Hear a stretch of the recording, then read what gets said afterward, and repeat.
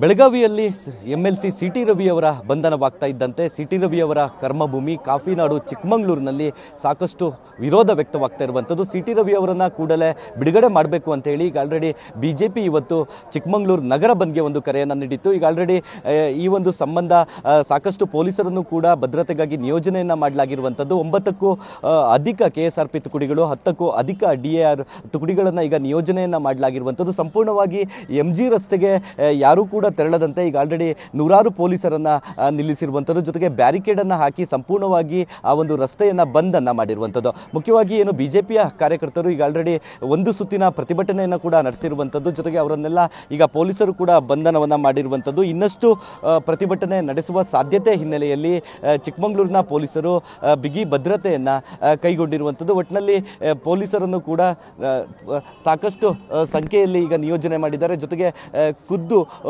ಏನು ಅಂಗಡಿ ಮುಂಗಟ್ಟುಗಳನ್ನು ಬಿಜೆಪಿ ಕಾರ್ಯಕರ್ತರು ಒಂದು ಬಂಧಿಸುವ ಒಂದು ಪ್ರಯತ್ನವನ್ನು ಮಾಡ್ತಾ ಇದ್ರು, ಅವರನ್ನು ಕೂಡ ಈಗ ಆಲ್ರೆಡಿ ಬಂಧನವನ್ನು ಮಾಡಲಾಗಿರುವಂಥದ್ದು.